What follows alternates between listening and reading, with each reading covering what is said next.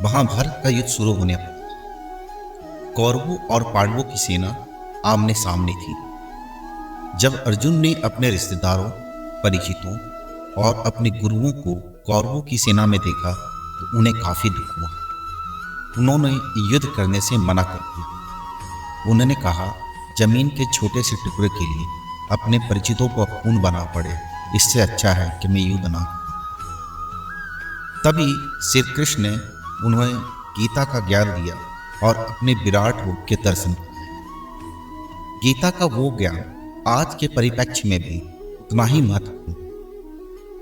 गीता से लिए इन 10 नियमों को इंसान आज भी अपने जीवन में उतार ले तो उसे लक्ष्य प्राप्ति और सुखमय जीवन की प्राप्ति से कोई नहीं रोक सकता। पहला नियम है सही दृष्टिकोण का। कुरुक्षेत्र युद्ध शुरू होने के ठीक पहले अर्जुन भ्रमित और निराश महसूस कर रहे थे। उन्होंने लड़ने से मना किया क्योंकि वो समझ ही नहीं पा रहे थे कि इस युद्ध का परिणाम क्या हो, उन्हें क्या हासिल हो। अगर अपने रिश्ते नातों के लोगों को युद्ध में हराकर या मारकर कुछ हासिल भी होता है तो उससे क्या फायदा। अर्जुन अपने कार्यों के परिणाम की कल्पना करने में विफल रहे। चीजों को सही तरीके से समझना हमें यह समझने में महत्वपूर्ण भूमिका निभाता है कि हमें क्या करना चाहिए, हमें ऐसा क्यों करना चाहिए। चीजों की योजना में हमारी भूमिका और हमारे दृष्टिकोण को आकार देती है। आज के भी परिप्रेक्ष्य में अगर हम अपने रोजमर्रा के जीवन में सही दृष्टिकोण को रखें तो हमारे बहुत सारे कार्य संपूर्ण हो सकते हैं। दूसरा नियम है परिवर्तन प्रकृति का नियम है। भगवत गीता के अनुसार सब कुछ को बदलना है और यह लगातार होने वाला प्रक्रिया है। हम जानते हैं हमारा शरीर, भावनाएं और धारणाएं, साथ ही साथ हमारे आसपास की हर चीज परिवर्तन की स्थिति में है। फिर भी जब हमसे कहा जाता है कि हमें बदलाव की जरूरत है तो हम पहले हिचकिचाते हैं और विरोध करते हैं। हम किसी भी बदलाव को आसानी से स्वीकार नहीं करते। सफल होने के लिए हमें नई परिस्थितियों के अनुरूप ढलने के लिए तैयार रहना चाहिए। यह हमें समाधान और नए अवसरों की तलाश करने में आवश्यक मदद करता है। इसलिए जब हम परिचित परिवेश में रहने का आनंद लेते हैं तो हमें छोटे जोखिम लेने और नए अनुभव का लाभ उठाने के लिए तैयार रहना चाहिए। तीसरा नियम है सहनशीलता और क्षमा का अभ्यास। सहनशीलता हमें जीवन की कठिनाइयों का सामना शांति से करना और उकसाए जाने पर बल प्रयोग करने से बचना सिखाती है। क्षमा हमें अन्याय को क्षमा करने और शत्रुता की भावनाओं पर काबू करने में मदद करती है। ये दोनों गुण रिश्तों को बनाए रखने और पोषित करने, सहानुभूति और प्रेम की भावनाओं को विकसित करने के लिए और विभाजनकारी विचारों पर काबू पाने के लिए महत्वपूर्ण है। ये दोनों मूल्य उस रिश्तों की आधारशिला बने जिसने पांडव भाइयों को आपस में बांधे रखा। चौथा नियम है अपने सोचने का तरीका बदलें। अच्छा सोचने और सकारात्मक विचार रखने से हमें एक संतुलित दृष्टिकोण प्राप्त करने, आत्मविश्वासी बने रहने और नकारात्मक धारणाओं पर काबू पाने, चुनौतियों का सामना करने के लिए अच्छी तैयारी करने और अपने लक्ष्यों को प्राप्त करने के लिए ऊर्जा का उपयोग करने में मदद मिलती है। इसलिए नकारात्मक विचारों को अपने दिमाग पे हावी न होने दें और अपनी संभावनाओं को बर्बाद न करें। आभारी होना, ध्यान करना, समाज को वापस लौटाना, अच्छी किताबें पढ़ना और कुछ अभ्यास हैं जो सकारात्मक विचारों को बढ़ावा देने में मदद करते हैं।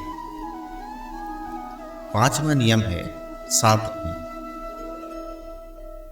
एक शांत दिमाग हमें अपने गुस्से पे और आगोगों पे नियंत्रित करने में मदद करता है। समय अच्छा हो या बुरा, पक्ष में हो या विपक्ष में, एक शांत दिमाग हमें सभी निर्णय लेने और तनावों को नियंत्रित करने में मदद करता है। यह हमें विचारों की स्पष्टता हासिल करने और हमारे विकल्पों पे विचार करने और हमारी ऊर्जा को सही दिशा में लगाने में मदद करता है। यह ज्ञान का परिवर्तन प्रकृति का नियम है, हमें शांत रहने में एक बड़ी भूमिका निभाता है। छठा नियम है, दूसरों के भले के लिए कार्य करें। हम जो भी कार्य करते हैं उसमें से अधिकांशतः केवल अपने फायदे के लिए करते हैं। हम शायद ही कभी इस बात की चिंता करते हैं कि हमारे कार्यों से दूसरों के जीवन पे क्या प्रभाव पड़ सकता है। यह मानसिकता हमें स्वार्थी तरीके से कार्य करने के लिए प्रेरित करती है और हमें अपने आसपास के लोगों से अलग कर देती है। दूसरी ओर निस्वार्थ भाव से हमें यह एहसास दिलाने में मदद करती है कि दुनिया एक परिवार के समान है। आज के माहौल में ये सोच हमें बेहतर परिवेश बनाने में मदद करती है। सातवां नियम है, निडर। डर किसमें नहीं होता। यह एक मौलिक भावना है जो हर इंसान क्या हर प्राणी में होता है। मनुष्यों में भय ज्ञान की कमी और अपनी भावनाओं पे काबू ना कर सकने की वजह से होती है। ज्ञान और बुद्धि हमें डर को काबू करने में मदद कर सकती है, क्योंकि ये वही चीज़ें हैं जो अज्ञात को समझने और डर की झिझक को दूर करने में मदद। आठवां नियम है, अपने गुस्से पे काबू रखें। इंसान जब क्रोध करता है तो अपना नुकसान ही करता है। क्रोध हमारे तर्क करने की क्षमता को बाधित करता है, जिससे भ्रम और अस्त व्यस्तता पैदा होती है।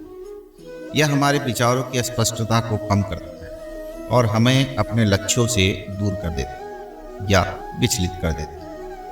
अप्रिय अनुभव और नकारात्मक विचारों को जन्म देता है और हमें विनाशकारी कार्य की ओर धकेल देता है।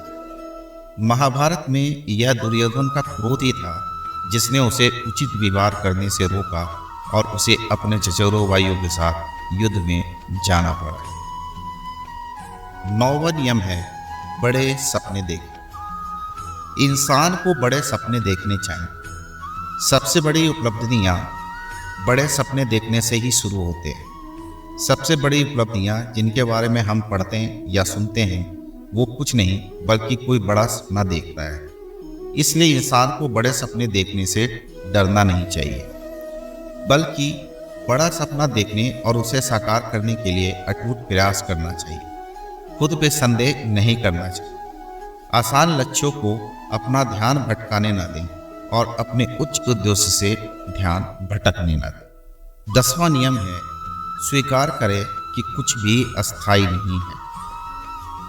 इंसान को यह समझना चाहिए कि कुछ भी अस्थायी नहीं है। जैसे दिन और रात अस्थायी नहीं है, बदलता रहता है, वैसे ही सफलता और विसफलता भी इस दुनिया में बदलते रहते। कुछ भी अस्थायी नहीं। जो लोग अपने प्रयासों से असफल हो गए हैं, हो सकता है वो अपना प्रयास ना छोड़े तो कल सफल भी हो सकते। जो लोग बुरे समय से गुजर रहे हैं उन्हें तब तक डटे रहना चाहिए जब तक वो वक्त और परिस्थिति को अपने पक्ष में नहीं कर लेते। धन्यवाद। जय श्री कृष्ण।